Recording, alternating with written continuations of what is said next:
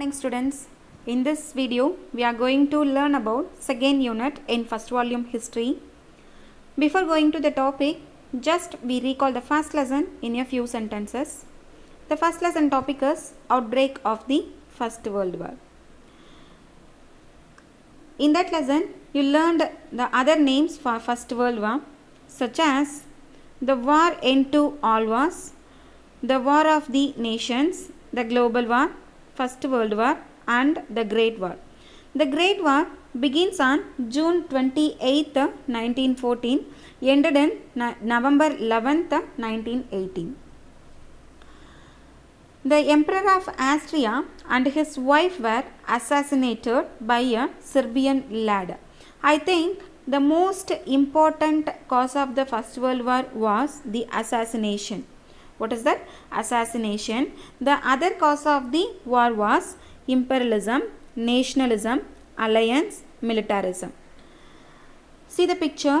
In simple way, I use one acronym to help you for remembering the cause of the First World War. That is MANIA. MANIA. M means militarism, A alliance, N nationalism, I imperialism, A assassination. Did you get my point? Yes. After the end of that war, Treaty of Versailles signed in 1919 by the Central Powers. By the Central Powers. Central Powers means Germany, isn't it? Yes. The League under the League of Nations formed on January 20th, 1920 for preventing war. And it's formulated by Woodrow Wilson. But it was completely failed and it was also known as Foolish League. Yes, let me move to the second unit. The world between two world wars. In this topic, you have to know the meaning of some terms. First one is inflation. Second, devaluation or deflation, slump, bankruptcy, depression. First one is inflation. Inflation means a general increase in prices and fall in the purchasing power of money. For example, நம்ம இப்போ ஷாப்புக்கு போகிறோம், போயிட்டு ஒரு பேனா வந்துட்டு வாங்குகிறோம். அதோட ப்ரைஸ் என்ன அப்படின்னா 10 rupees. அந்த பென்னோட ப்ரைஸ் எவ்வளோ? 10 rupees. அதே சேம் மாடல் பெண்ணை நெக்ஸ்ட் வீக்கு அதே ஷாப்பில் தான் வாங்குகிறோம். பட் அதோட ப்ரைஸ் என்ன அப்படின்னா 12 rupees-ஆக இருக்குது. அப்போ இங்கே எவ்வளோ டிஃப்ரெண்ட் ஆகிருக்கு அப்படின்னு பார்த்தோம்னா 2 rupees டிஃபர் ஆகிருக்கு இல்லையா? எஸ். அப்போது இங்கே என்ன கண்டிஷனில் இருக்குது அப்படின்னா பொருளினுடைய விலை, பேனாவினுடைய மதிப்பானது அதிகமாக இருக்குது, நம்ம கரன்சி வேல்யூவானது டிக்ரீஸ் ஆகிருக்கு இல்லையா? இந்த கண்டிஷனை தான் இன்ஃப்ளேஷன் அப்படின்னு சொல்கிறோம். Next one is devaluation. Devaluation அப்படின்னா நம்ம கண்ட்ரீஸ் கரன்சி வேல்யூவை நம்ம கவர்மெண்ட்டே டிக்ரீஸ் பண்ணால் அதுதான் devaluation. isn't it? The next word is deflation. இந்த டீஃப்ளேஷன் அப்படிங்கிறது இன்ஃப்ளேஷனுக்கான ஆப்போசிட் வேர்டு தான் டீஃப்ளேஷன். இங்கே நம்ம பார்க்கும்போது பொருளினுடைய விலை அதிகமாகும், மணியோட வேல்யூ குறைஞ்சு போயிருக்கும்னு பார்த்தோம் இல்லையா? இங்கே டீஃப்ளேஷனில் என்ன ஆகும் அப்படின்னா மணியுடைய வேல்யூ அதிகமாக இருக்கும், ஆனால் பொருளினுடைய விலையானது குறைஞ்சு போயிருக்கும். ஃபார் எக்ஸாம்பிள், நம்ம மார்க்கெட்டுக்கு போகிறோம், பர் கேஜி டொமேட்டோஸ் வந்துட்டு 5 rupees அப்படின்னு சொல்கிறாங்க. அப்போது நம்மளுக்கு இங்கே பொருள் அதிகமாக கிடைக்கும், மணி நம்ம கொஞ்சமாக கொடுத்தாலே போதுமானது. ஸோ இந்த கண்டிஷனை டீஃப்ளேஷன் அப்படின்னு சொல்கிறோம். நெக்ஸ்ட் ஒன் என்ன அப்படின்னா ஸ்லம்ப். ஸ்லம்ப் மீன்ஸ் விலை வீழ்ச்சி அப்படிங்கிறதா, prolonged fall in the price. Next one is bankruptcy. Bankruptcy means insolvency, financial ruin, which means unable to repay their outstanding debits. கடனை திரும்ப கொடுக்க முடியாத சுச்சுவேஷன் இருக்கு இல்லையா? அதுதான் bankruptcy. நம்ம பேச்சு வழக்கில் சொல்லும்போது கூட அந்த பேங்க் திவால் ஆயிடுச்சு அப்படின்னு சொல்லுவாங்க இல்லையா? That is bankruptcy. See the topic. The world between two world wars. Already you learned the First World War from 1914 to 1918 and then the Second World War from 1939 to 1945. 5, isn't it? Let's we see what happened in the world in between 1918 to 1939. Yes, let's we see the preface of this lesson. First one is global capitalist system, உலக முதலாளித்துவ முறை.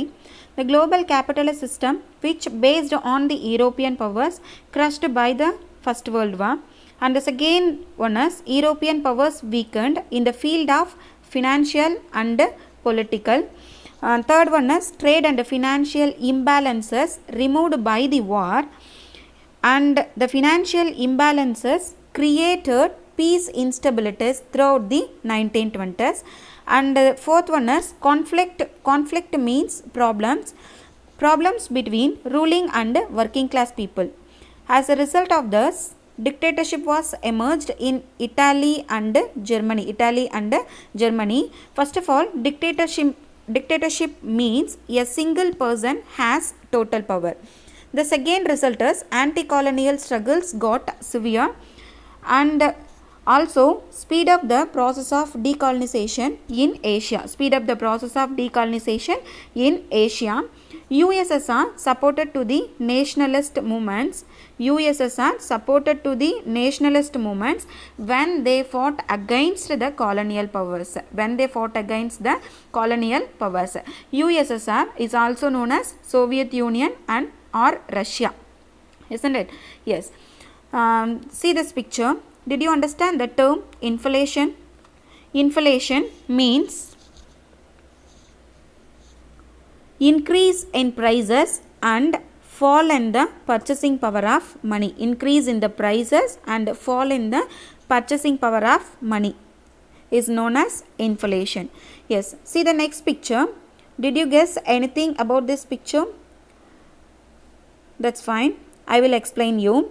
See, 2020 economic collapse equal to 1929 Great Depression. 1929 Great Depression எப்போ எங்கே நடந்திருக்கு? யூஎஸில் நடந்தது. அது வந்துட்டு இப்போது இந்தியாவில் நடக்குதா அப்படின்னா எஸ், அதுக்கான ஸ்டார்டிங் பாயிண்டில் தான் இன்றைக்கி இந்தியா இருக்குது. அதாவது பொருளாதார பெருமந்தம் நம்ம இந்தியாவிலையும் கண்டிப்பாக வரதா போகுது. அதுக்கான ஸ்டார்டிங் பாயிண்ட் தான் இப்போது இந்தியா இருக்குது. Yes, now we turn to socio and political developments in the world after the First World War. First one is developments in the post World War I. அதாவது what are the developments in the world after the First World War. Second one is America அதனோட கேபிட்டலை எப்படி withdraw பண்ணாங்க. Then third one is stock market crash யூஎஸில் எப்போ நடந்தது, அதனால் என்ன மாதிரியான எஃபெக்டெல்லாம் இருந்துச்சு. தென் இன்டர்நேஷ்னல் சிஸ்டம் ஆஃப் எக்ஸ்சேஞ்சை இங்கிலாந்து எப்படி பிரேக் டவுன் பண்ணுறாங்க. தென் கிரேட் டிப்ரெஷன் எப்படி பாலிட்டிக்ஸை இம்பேக்ட் பண்ணியிருக்கு. இதை தான் நம்ம இன்றைக்கி லெசனில் பார்க்க போகிறோம். First one is developments in the after the first world war. Before the first world war America was a debtor of Europe. America வந்துட்டு ஈரோப் கிட்ட கடன் வாங்கிட்டு தான் இருந்தாங்க. பட் அப்படியே opposite after the first world war America was a wealthiest position in the world. Because during the war time two big powers, namely allies and central powers. இந்த ரெண்டுக்குமே armament supply பண்ணது யார் அப்படின்னா யூஎஸ் தான். ஆர்மமெண்ட்ஸ் means ஆயுதங்களை supply பண்ணது, வார்க்கு தேவையான ஆயுதங்கள் எல்லாத்தையுமே அமெரிக்கா தான் இந்த ரெண்டு சூப்பர் பவருக்குமே சப்ளை பண்ணியிருக்கு. So the US did not participate in the first world war until 1917 வரைக்கும் அமெரிக்கா வாரில் பார்ட்டிசிபேட் பண்ணல. In 1917 Germany warned the America அலைஸ்க்கு ஆர்மமெண்ட் சப்ளை பண்ணக்கூடாது அப்படின்னு சொல்லிட்டு ஜெர்மனி வார்ன் பண்ணாங்க. ஹவவர் அமெரிக்கா பேசஞ்சர் ஷிப்னு சொல்லிட்டு exported the armaments to allied forces. அவங்க என்ன பண்ணுறாங்க, ஆர்மமெண்ட்ஸ் ஆயுதங்கள் எல்லாத்தையுமே அலைடு ஃபோர்ஸ்க்கு எக்ஸ்போர்ட் பண்ணுறாங்க. The ship name is Lusitania. அந்த ஷிப்போட நேம் என்னது, Lusitania. That is one of the cargo ship of America. Cargo ship means சரக்கு கப்பல் அப்படின்னு சொல்லுவோம். கூட்ஸ் எல்லாம் எடுத்துகிட்டு போகக்கூடிய ஷிப் தான் வந்துட்டு அந்த லூசிடானியா. பட் அவங்க வந்துட்டு இது பேசஞ்சர் ஷிப் அப்படின்னு ஜெர்மனிக்கிட்ட கன்வே பண்ணிவிட்டு அதில் அலைஸ்க்கு தேவையான ஆயுதங்கள் எல்லாத்தையுமே கொண்டு போகிறாங்க. By knowing it, Germany attacked the ship Lusitania. That is why in 1917 US participated in the First World War. So certain industries were set up that the World War was not going to end. But unexpectedly war came to an end in 1918. So war time increase ஆகும்னு நினச்சிட்டு தான் ஒரு சில industries, certain industries expanded for the war requirements. Unexpectedly war came to an end in 1918. So stocks எல்லாமே abundant, அளவுக்கு அதிகமாக தான் அவங்க ப்ரொடியூஸ் பண்ணியிருக்காங்க. ஒன்று ஸ்டாக்ஸ் எல்லாத்தையுமே மாடிஃபை பண்ணணும், இல்லைனா அது எல்லாத்தையுமே டிஸ்போஸ் பண்ண வேண்டிய சுச்சுவேஷன் இங்கே க்ரியேட் ஆகுது. Not only this, a large number of labours had to be terminated. Large number of labors had to be terminated because இங்கே வந்துட்டு நியூவாக எந்த ஒரு ஆர்மமெண்ட்ஸையும் ப்ரொடியூஸ் பண்ண போகிறதில்ல, பிகாஸ் வார் டைம் முடிஞ்சிருச்சு இல்லையா. அதனால் இங்கே ஒர்க் இல்லை அப்படின்னு சொல்லிட்டு அவங்க என்ன பண்ணிட்டாங்க, நிறைய லேபர்ஸை டெர்மினேட் பண்ணிட்டாங்க. So it's created dissatisfaction among the working class, and also Treaty of Versailles made worse the political complications. A new outburst of economic nationalism. இன்னொன்று புதுசாக என்ன வருது அப்படின்னா எக்கனாமிக் நேஷ்னலிசம், அதாவது பொருளாதார தேசியவாதம் அப்படிங்கிறதா. It expressed protectionism and tariff barriers. அதாவது பாதுகாப்பு அல்லது வரி சுங்க தடைகள், அதாவது இறக்குமதியாகக்கூடிய பொருட்களின் மேலே அதிகமான வரியை சுமத்த சொல்கிறது தான் இதை இந்த எக்கனாமிக் நேஷ்னலிசம் அப்படிங்கிறத எக்ஸ்பிரஸ் ஆகுது. இந்த எக்கனாமிக் நேஷ்னலிசம் வந்துட்டு வேர்ல்டு ட்ரேடை ஃபுல்லாகவே அஃபெக்ட் பண்ணும். நெக்ஸ்ட்டு நம்ம பார்க்குற டாபிக் என்ன அப்படின்னா withdrawal of American capital. So America was financially in a wealthiest position after the First World War. இது நம்மளுக்கு முன்னாடியே தெரியும். So after the end of the war, America was a wealthiest position in financially except USSR. Most of the countries were debtors of America. America கிட்ட யூஎஸ்எஸ்ஆரை தவிர மீதி எல்லாருமே கடன் வாங்குறவங்களாக தான் இருந்தாங்க. And also America encouraged the flow of capital into Europe. என்னென்னா இவங்களோட எக்கனாமிக்கலாக ஈரோப்புக்கு நிறைய ஹெல்ப் பண்ணுறேன்னு சொல்லிட்டு அவங்கள வந்துட்டு கண்ட்ரோல் பண்ணிக்கிறது. அவங்கள எக்கனாமிக்கலாக கண்ட்ரோல் பண்ணிட்டோன்னா யாரை டிபெண்ட் பண்ணி தான் இருக்கணும், அமெரிக்காவை மட்டுமே டிபெண்ட் பண்ணி இருக்க வேண்டிய சுச்சுவேஷன் க்ரியேட் ஆகிருக்கும். ஸோ அது மட்டும் இல்லாமல் அமெரிக்கா என்ன நினைக்கிறாங்கன்னா, இது வந்துட்டு நம்மளுக்கு நியூ இன்வெஸ்ட்மெண்ட் தான், கண்டிப்பாக இதுக்கான ப்ராஃபிட்டும் நம்மளுக்கு உண்டு அப்படின்னு சொல்லிட்டு தான். எப்போவுமே நம்ம வந்துட்டு ஒரு அமௌண்ட் வாங்கியிருக்கோம், அதுக்கான இன்ட்ரெஸ்ட் நம்ம வந்துட்டு பே பண்ணிக்கிட்டே இருப்போம் இல்லையா, வட்டி வந்து கொடுத்துக்கிட்டே இருப்பாங்க. அந்த மாதிரி நினச்சி தான் அமெரிக்கா இதை வந்துட்டு என்கரேஜ் பண்ணாங்க. பட் இவங்களோட பேட் லக்கு யூஎஸில் வந்துட்டு ஸ்லம்ப் நம்ம முன்னாடியே பார்த்துருக்கோம், உங்களுக்கு ஞாபகம் இருக்கும்னு நினைக்கிறேன். ஸ்லம்ப்னா விலை வீழ்ச்சி அப்படின்னு நான் சொல்லியிருந்தேன் இல்லையா. At the same time US faced a slump இந்த எக்கனாமி, அவங்களோட எக்கனாமியில் ஸ்லம்ப் அப்படிங்கிற சுச்சுவேஷன் வருது. So it's forced the government to make restrictions on the export capital. Export பண்ணக்கூடிய கேபிட்டல், வெளியே கொடுக்கக்கூடிய பணத்து மேலே நிறைய ரெஸ்ட்ரிக்ஷன்ஸ் போட வேண்டிய சுச்சுவேஷனாக இருக்குது.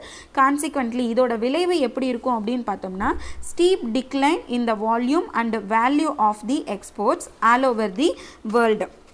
அதாவது எப்படி இருந்துச்சு அப்படின்னு பார்த்தோன்னா, உலகம் முழுவதுமே வேர்ல்டு ஃபுல்லாகவே ஏற்றுமதியில், அதாவது இங்கேருந்து நம்ம எக்ஸ்போர்ட் பண்ணுறோம் இல்லையா, அதில் வால்யூம் அண்டு வேல்யூ அளவிலும் மதிப்பிலும் ஒரு பெரிய டிப்ரெஷனை க்ரியேட் பண்ணுச்சு. நம்ம நெக்ஸ்ட் என்ன டாபிக் அப்படின்னா stock market crash in the US. ஃபஸ்ட்டாக ஸ்டாக் மார்க்கெட்னா என்ன? A stock is basically a general term that is used to describe the ownership certificates of any company. For example, tour போகிறோம், இப்போ நம்ம எல்லாருமே சேர்ந்து டூர் போகிறோம், அதுக்கு நம்ம என்ன பண்ணுவோம், பஸ் அரேஞ்ச் பண்ணுவோம் இல்லையா. அப்போது பஸ்ஸு ஓனர் நம்ம கிடையாது, ஆனால் போகிறவங்க எல்லாருமே அமௌண்ட்டை ஷேர் பண்ணுவாங்க. இதையே நம்ம ஒரு கம்பெனியில் இன்வெஸ்ட் பண்ணும்போது நமக்கு ஷேர்ஸை பேஸ் பண்ணி ப்ராஃபிட்ஸு கிடைக்கும். அதுதான் ஸ்டாக் மார்க்கெட் அப்படின்னு சொல்கிறது. அமெரிக்கா அவங்களோட கேபிட்டல் எல்லாத்தையுமே வித்ட்ரா பண்ணிட்டாங்க அப்படின்னு சொல்லிட்டு நம்ம லாஸ்ட் டாப்பிக்கில் பார்த்தோம். பிகாஸ் ஆஃப் ஸ்லம்ப்னா விலை வீழ்ச்சி அப்படின்னு சொல்லியிருந்தோம்.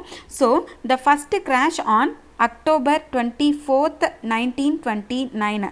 So the first stock market crash எப்போ நடந்திருக்கு அப்படின்னா அக்டோபர் 24th 1929 தான் நடந்துச்சு. இந்த டேவை அமெரிக்காவில் பிளாக் தேர்ஸ்டே அப்படின்னு சொல்லுவாங்க. ஸோ இந்த மாதிரி பிளாக் டியூஸ்டே, டஸ்ட் பவுல், இந்த மாதிரி நிறைய இம்பார்ட்டண்ட் ஈவெண்ட்ஸ் அமெரிக்கன் ஹிஸ்ட்ரியில் இருக்குது. ஸ்டாக் மார்க்கெட் கிராஷ் ஆனதுனால இன்வெஸ்டர்ஸ் அண்டு கஸ்டமர்ஸ் எல்லாருமே அவங்களோட ஷேர்ஸ் எல்லாத்தையுமே என்ன பண்ணிட்டாங்க அப்படின்னா சேல் பண்ண ஆரம்பிச்சிட்டாங்க. So people began to sell their shares. அவங்க பயந்துட்டு என்ன பண்ணிட்டாங்கன்னா அவங்களோட ஷேர்ஸ் எல்லாத்தையுமே சேல் பண்ண ஆரம்பிச்சிட்டாங்க. பட் வாங்கிறதுக்கு அங்கே பையர்ஸ் யாருமே இல்லை. And it was followed by the failure of American banks. So the US stopped the loans to Germany and then US stopped the loans to Germany. நம்ம முன்னாடியே பார்த்துருக்கோம் இல்லையா, யூரோப் வந்துட்டு டெபிட்டர் கண்ட்ரியா, அமெரிக்காவோட டெபிட்டர் கண்ட்ரியாக இருக்காங்க அப்படின்னு சொல்லிட்டு பார்த்துருந்தோம். இங்கே என்னென்னா அந்த ஸ்டாக் மார்க்கெட் கிராஷ் நடந்ததுனால லோன்ஸ் எதுவுமே ஜெர்மனிக்கு கொடுக்க போகிறதில்ல அப்படின்னு சொல்லிட்டு எல்லாத்தையுமே ஸ்டாப் பண்ணிட்டாங்க. இது மட்டும் இல்லாமல் அப்ராடில் அமெரிக்கன்ஸ் எல்லோரும் இன்வெஸ்ட் பண்ணியிருப்பாங்க இல்லையா, அந்த அப்ராடில் இன்வெஸ்ட் பண்ண அமௌண்ட் எல்லாத்தையுமே கூட வித்ட்ரா பண்ண வேண்டிய சுச்சுவேஷன் ஆயிடுச்சு. So it's lead to the failure of 2 German banks and இங்கிலாந்து பேங்க்கும் பேங்க்ரப்ட் ஆகிடும். சரியா? எஸ், த நெக்ஸ்ட் டாபிக் என்ன அப்படின்னு பார்த்தோன்னா break down of the international system of exchange. இப்போ break down of the international exchange of money அப்படின்னு நம்ம பார்த்தோன்னா எமர்ஜென்சி மெஷர், அதாவது இங்கிலாந்து என்ன பண்ணுறாங்க அப்படின்னா அவசர கால நடவடிக்கை அப்படின்னு சொல்லிட்டு எமர்ஜென்சி மெஷரை வந்துட்டு இங்கே எடுக்கிறாங்க. அதில் என்ன பண்ணுறாங்க, எக்ஸ்பெண்டிச்சர் எல்லாத்தையுமே ரெடியூஸ் பண்ணுவாங்க. எக்ஸ்பெண்டிச்சர் அப்படின்னா மீனிங் என்னென்னா அவங்களோட செலவுகள் எல்லாத்தையுமே ரெடியூஸ் பண்ணிக்கிட்டாங்க. At the same time imported goods இருக்கும் இல்லையா, அந்த இறக்குமதி பொருட்கள் மேலே எல்லாமே டேக்ஸை அதிகப்படுத்திக்கிட்டாங்க, இன்க்ரீஸ் பண்ணிக்கிட்டாங்க. அப்படி இந்த ரெண்டு பண்ணியும், ஒன்று எக்ஸ்பெண்டிச்சர் ரெடியூஸ் பண்ணுது, இன்னொன்று இம்போர்ட்டட் திங்ஸ் மேலே அவங்களோட டேக்ஸை இன்க்ரீஸ் பண்ணது. பட் இந்த ரெண்டு பண்ணியுமே அவங்கள ரெக்கவர் பண்ணிக்க முடியல. ஸோ இங்கிலாந்து வந்துட்டு என்ன டிசைட் பண்ணுறாங்க அப்படின்னா decided to leave gold standard, தங்க நாணய ஏற்பு முறை அப்படிங்கிறத நம்ம கைவிட்டுலாம் அப்படின்னு சொல்லிட்டு இங்கே டிசைட் பண்ணிட்டாங்க. அதாவது என்னென்னா நம்மக்கிட்ட இப்போ வந்து அவங்களோட கரன்சி நிறைய இருக்குதுன்னு வச்சுக்கோங்களேன். இப்போ ஃபார் எக்ஸாம்பிள் டாலர்ஸ், நம்மக்கிட்ட டாலர்ஸ் ஆர் ஈரோ என்ன எதுவானாலும் ஓகே, அது வந்து நம்மக்கிட்ட நிறைய இருக்குது அப்படின்னா நம்ம என்ன பண்ணுவோம்னா அந்த நாட்டிலையே திருப்பி கொடுத்து தான் அதை வந்து சேஞ்ச் பண்ண முடியும் இல்லையா. அப்போ என்ன பண்ணுவாங்க, அவங்க வந்து நம்மளோட ருப்பீஸை மாற்றி கொடுப்பாங்க. பட் ஆனால் அமெரிக்கா அந்த மாதிரி தரதில்லை. டாலர்ஸ் நம்ம கொடுத்தோம்னா அதுக்கு ஈக்குவலான டாலர்ஸ் தான் கொடுப்பாங்க. ஃபஸ்ட்டெல்லாம் என்ன பண்ணுவாங்கன்னா கோல்டு, அதுக்கு ஈக்குவலான கோல்டு கொடுக்கணும் அப்படிங்கிறது தான் ரூலாக இருந்தது. பட் இங்கிலாந்து என்ன பண்ணிட்டான்னா இதுக்கு மேலே அந்த மாதிரிலாம் நான் தங்கம்லாம் கொடுக்க முடியாது அப்படின்னு சொல்லிட்டு அதை ரெஃப்யூஸ் பண்ணிடுவார். அது மட்டும் இல்லாமல் என்ன பண்ணுவாங்க அப்படின்னா டீவேல்யூவேஷன் அப்படின்னு சொல்லிட்டு பண்ணிடுவாங்க. அந்த டீவேல்யூவேஷன் என்ன அப்படின்னா நான் டேர்ம் வேர்டில் சொல்லியிருந்தேன், ஞாபகம் இருக்கா? டீவேல்யூவேஷன் அப்படின்னா நம்ம நாட்டு கரன்சியோட வேல்யூவை நம்மளே ரெடியூஸ் பண்ணிக்கிறது இல்லையா. அந்த மாதிரி தான் இங்கே இங்கிலாந்து வந்துட்டு அவங்க கரன்சி வேல்யூவை டீவேல்யூவேட் பண்ணிடுவாங்க. ஸோ இந்த ரெண்டு பண்ணுறது எதுக்காக அப்படின்னு பார்த்தீங்கன்னா அவங்களோட இன்டர்னல் மார்க்கெட், அதாவது உள்நாட்டு சந்தை இருக்கு இல்லையா, அதை பாதுகாக்கணும், ப்ரொடெக்ட் பண்ணணும் அப்படிங்கிறதுக்காக தான் இந்த டீவேல்யூவேஷன் அண்டு கோல்டு ஸ்டாண்டர்ட் இந்த ரெண்டையுமே வேண்டான்னு டிசைட் பண்ணுறாங்க. இந்த டீவேல்யூவேட் பண்ணதுனால என்ன மாதிரியான ப்ராப்ளம்ஸ் எல்லாம் இங்கிலாண்டில் க்ரியேட் ஆகுதுன்னா, அங்கே கிரெடிட்டர்ஸ் இருப்பாங்க இல்லையா, அதாவது என்னென்னா ஒன்று கடன் கொடுக்கல் வாங்கல் அப்படின்னு சொல்லுவோம் இல்லையா, அந்த மாதிரி எல்லாமே வந்துட்டு ஸ்டாப் ஆகிடுச்சு, லெண்டிங் எல்லாமே ஸ்டாப் ஆகிடுச்சு. அதே மாதிரி பொருளாதார நலன்களை பாதுகாக்கணும், அவங்களோட எக்கனாமிக்கில் அவங்களோட இதை பாதுகாத்துக்கணும் இல்லையா, ப்ரொடக்ட் பண்ணணும். அதுக்காக எடுத்த டிஃபென்சிவ் ஆக்ஷன், தற்காப்பு நடவடிக்கைகள்லாம் எதுக்கு லீட் பண்ணுது அப்படின்னா lead to decline in world economic activity as its effect was deep and prolonged means that is called Great Economic Depression. இந்த மாதிரியான சுச்சுவேஷன் இப்போ இங்கிலாண்டில் நடந்தது இல்லையா, இதே மாதிரியான சுச்சுவேஷன் ரொம்ப அதிகமான பாதிப்புகளும் நீண்ட காலத்துக்கு கண்டினியூ ஆகிக்கிட்டே இருக்கிற மாதிரியும் இருந்துச்சுன்னா அதை தான் கிரேட் எக்கனாமிக் டிப்ரெஷன் அப்படின்னு சொல்கிறோம். Next topic is impact in politics. இந்த Great Depression பொலிட்டிக்கல்ல எப்படி அஃபெக்ட் ஆச்சு அப்படின்னா the depression changed the political condition in England and USA. In England, Labour Party was defeated in 1931 election. 1931ல நடந்த ஜெனரல் எலெக்ஷன்ல labour party தோத்து போயிட்டாங்க. At the same in USA, Republican Party was refused. இங்க defeat பண்ணியிருக்காங்க, இங்கிலாண்டில் defeat பண்ணியிருக்காங்க. But USA அமெரிக்காவில் வந்துட்டு ரிபப்ளிக்கன் பார்ட்டியை கம்ப்ளீட்டாக ரெஃப்யூஸ் பண்ணிட்டான், ரிஜெக்ட் பண்ணிட்டான் for 20 years after the great depression. Yes, இது வரைக்கும் நம்ம கிரேட் டிப்ரெஷன் எப்படியெல்லாம் வேர்ல்டு லெவலில் அஃபெக்ட் ஆச்சு அப்படின்னு பார்த்தோம். நெக்ஸ்ட் கிளாஸில் ரைஸ் ஆஃப் டிக்டேட்டர்ஷிப் பற்றி பார்க்கலாம். தேங்க்யூ.